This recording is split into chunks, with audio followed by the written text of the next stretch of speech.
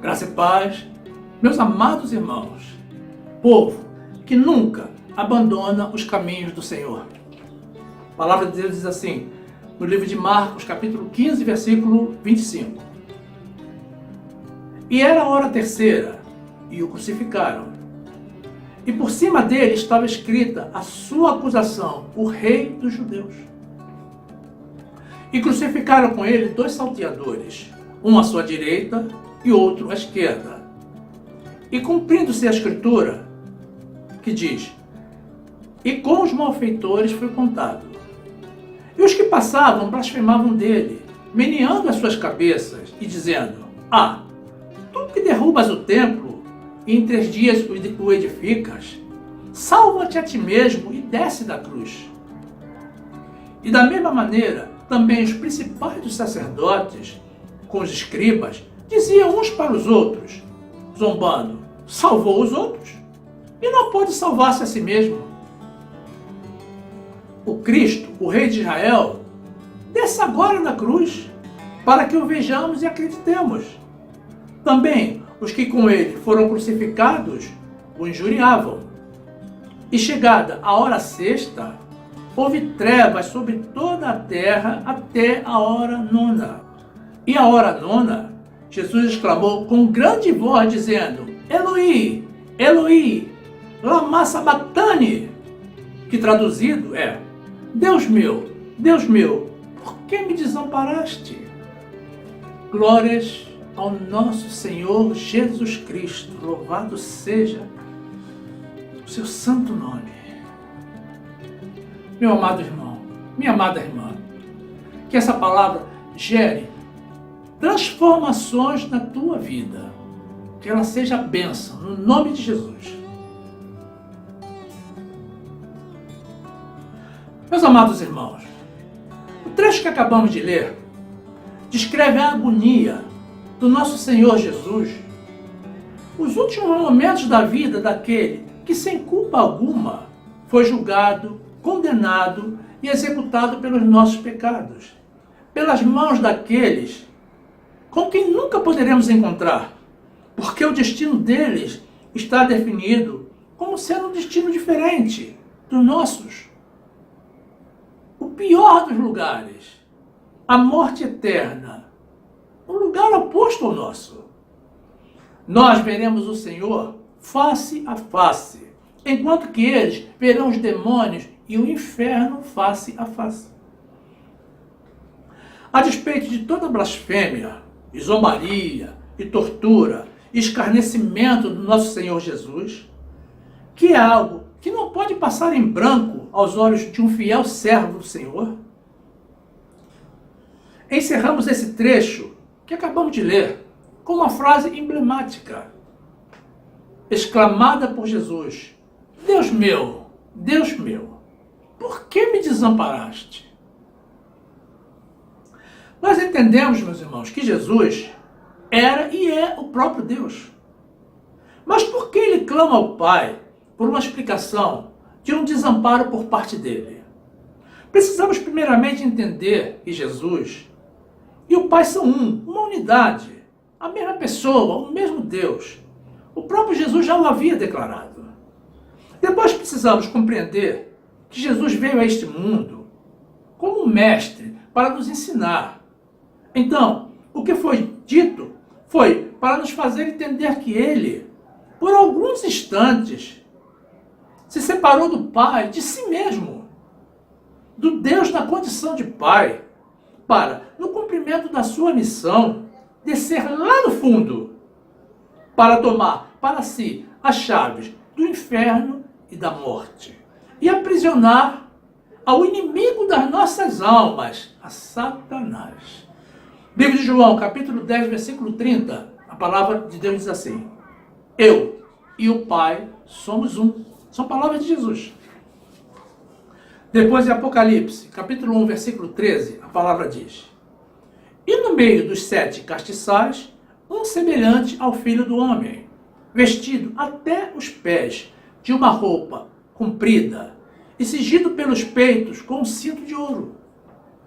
E a sua cabeça e cabelos eram brancos como lã branca, como a neve, e os seus olhos como chama de fogo, e os seus pés semelhante a latão reluzente, como se tivessem sido refinados numa fornalha, e a sua voz como a voz de muitas águas. E ele tinha na sua destra 7 estrelas, e da sua boca saiu uma aguda espada de 2 fios, e o seu rosto era como o sol, quando na sua força resplandecente. E eu, quando vi, caí a seus pés como morto. E ele pôs sobre mim a sua destra, dizendo: não temas, eu sou o primeiro e o último, e o que vivo e fui morto, mas eis que estou vivo para todo sempre. Amém. E tenho a chave da morte e do inferno. Glórias ao nosso Deus. Meus amados, Jesus cumpriu com perfeição a sua missão e foi recebido em glória nos céus, onde permanece preparando a sua volta, preparando também um lugar de morada para nós, os que, desde agora, somos salvos pela fé nele, pela sua graça, pelo seu amor e fidelidade às suas promessas. Porque nós, que nos ajuntamos com ele e o servimos, somos, com Jesus, o mesmo Espírito e viveremos com ele por toda a eternidade. Primeira carta do apóstolo Paulo aos Coríntios, capítulo 6, versículo 17, a palavra diz: mas o que se ajunta com o Senhor é um mesmo Espírito. Depois, em João, capítulo 14, versículo 1, a palavra diz: não se turbe o vosso coração, crede em Deus, crede também em mim. Na casa de meu pai há muitas moradas. Se não fosse assim, eu vos teria dito: vou preparar-vos lugar. E quando eu for e vos preparar lugar, virei outra vez e vos levarei para mim mesmo, para que onde eu estiver, estejais vós também. Glórias a Deus, que promessa maravilhosa, meus irmãos. Só Jesus pode fazer uma promessa como essa. Ninguém mais. Diante de todas essas promessas, meus irmãos, fica difícil compreender como alguém pode se distanciar de Jesus. Alguns o fazem de forma consciente, mas outros o fazem pela falta de conhecimento. Mas observe, meu irmão, a falta de conhecimento não é atenuante para as sanções de Deus. Portanto, ambos, tanto os que se afastam dele e da sua graça conscientemente, quanto os que o fazem por desconhecimento, estão sujeitos ao castigo dos céus, sendo que haverá maior condenação para os que os fazem em plena consciência. Livro de Oséias, capítulo 4, versículo 6, a palavra diz: o meu povo foi destruído porque lhe faltou o conhecimento. Porque tu rejeitaste o conhecimento, também eu te rejeitarei, para que não sejas sacerdote diante de mim. E, visto que te esqueceste da lei do teu Deus, também eu me esquecerei dos teus filhos. Como eles se multiplicaram, assim pecaram contra mim. Eu mudarei a sua honra em vergonha. Depois, na segunda carta do apóstolo Pedro, capítulo 2, versículo 20, a palavra diz: porquanto, se, depois de ter escapado das corrupções do mundo, pelo conhecimento do Senhor e Salvador, Jesus Cristo, forem outra vez envolvidos nelas e vencidos, tornou-se-lhes o último estado pior do que o primeiro. Porque melhor lhes fora não conhecerem o caminho da justiça, do que, conhecendo-o, desviarem-se do santo mandamento que lhes fora dado. Meus irmãos, olha o tamanho do perigo. As pessoas que estão separadas de Cristo, de forma consciente, são facilmente identificáveis pelos irmãos. Por quê? Abandonam o convívio, a congregação, a fé. Alguns se desfiam do caminho do Senhor e ingressam nos caminhos da idolatria, o que significa uma renúncia explícita a Jesus e a todas as suas promessas, inclusive a salvação. Obviamente, essa pessoa nunca foi de Deus, mas esteve enganando o mundo e, possivelmente, a si mesmo. Somente um profundo arrependimento e o retorno imediato aos caminhos do Senhor poderá salvar essa alma da condenação eterna. Deus não aceita a traição, mas é misericordioso para receber de volta um filho pródigo que se arrependa. E, meus irmãos, quem é de Deus pode até errar, mas se arrepende. Livro de Provérbios, capítulo 21, versículo 16, a palavra diz: o homem que anda desviado do caminho do entendimento, na congregação dos mortos repousará. Olha, meu irmão, presta atenção. Isaías 42, versículo 8 diz: eu sou o Senhor, este é o meu nome, a minha glória, pois, a outrem não darei, nem o meu louvor às imagens de escultura. Depois, livro de Lucas, capítulo 15, versículo 21, a palavra diz: e o filho lhe disse: pai, pequei contra o céu e perante ti, e já não sou digno de ser chamado teu filho. Mas o pai disse aos servos: trazei depressa a melhor roupa e vestilho, e ponde-lhe um anel na mão e alparcas nos pés, e trazei o bezerro cevado e matai-o, e comamos e alegremo-nos, porque este meu filho estava morto e reviveu, tinha se perdido e foi achado. E começaram a alegrar-se. Meus irmãos, muitos abandonam a Jesus e voltam para o sacerdócio de Moisés. Esses também estão negando a sua fé. Muito embora ainda pronunciem o nome de Jesus, não servem, nem seguem os seus mandamentos. Não estão sob o seu sacerdócio, mas ainda que não o saibam, servem a Moisés. Quem conheceu a graça de Jesus e a deixou para voltar ao judaísmo, a prática de jejuns, batismo nas águas, vigília, subida aos montes e outros sacrifícios ao Senhor, está vivendo uma lei extinta, morta, a lei de Moisés, encerrada por Jesus há mais de 2000 anos. Portanto, nega ao Senhor e está decaído da sua graça. Há mais ou menos 10 anos atrás, meus irmãos, se estimava que existiam no Brasil 40 milhões de pessoas desviadas do Evangelho. Somente no Brasil. É possível que hoje existam muito mais. Uma das grandes causas é a lei de Moisés, praticada ainda pela maioria das congregações, ou seja, a grande maioria dessas pessoas certamente nunca conheceu a graça de Jesus e vivia oprimida pelo judaísmo, pelo jugo, pelas proibições e condenações. O que, não suportando, se afastou. Se esse for o seu caso, meu irmão, preste muita atenção.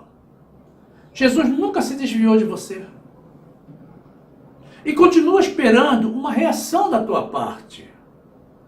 Se você se afastou por causa do pastor, ou porque brigou com o irmão, pare um pouco e pense. Você também errou. Porque não existe igreja perfeita nesse mundo, nem vai existir. E os seus olhos, a sua mente e o seu coração deveriam estar voltados para Jesus. Assim como o seu vínculo maior, e não para os irmãos. Então, você não se afastaria, se assim fosse. Ainda dá tempo de corrigir o erro, mas é muito pouco tempo. Rejeite a maldição da lei. Não desperdice a tua única forma de salvação. Meus irmãos, a lei não salva ninguém. Peça ao Senhor que te indique uma congregação que viva pela graça e que pregue e ensine a graça genuína. Venha para a graça de Jesus, meus amados.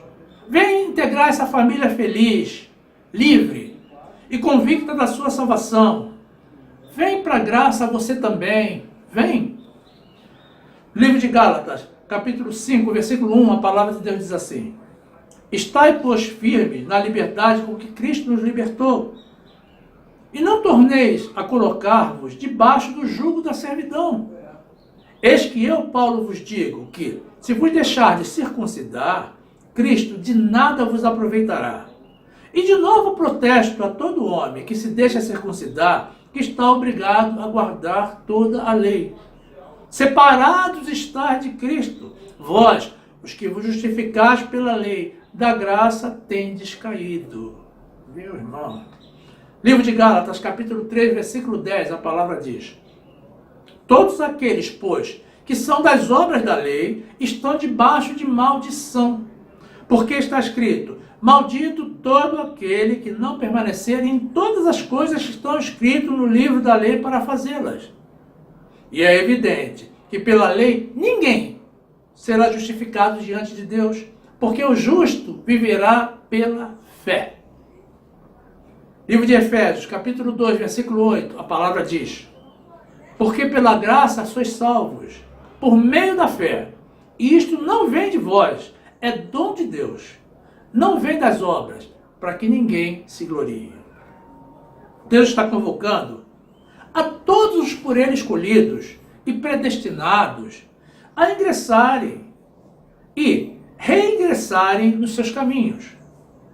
Muitos ainda estão vivendo engano ou desconhecimento e ainda não se encontram trilhando os caminhos da salvação. Não tenha medo, meu irmão, da palavra predestinação. Muitos criaram um estigma sobre essa palavra, provavelmente os que não são da salvação. Mas ela só faz mal aos que foram destinados para a perdição.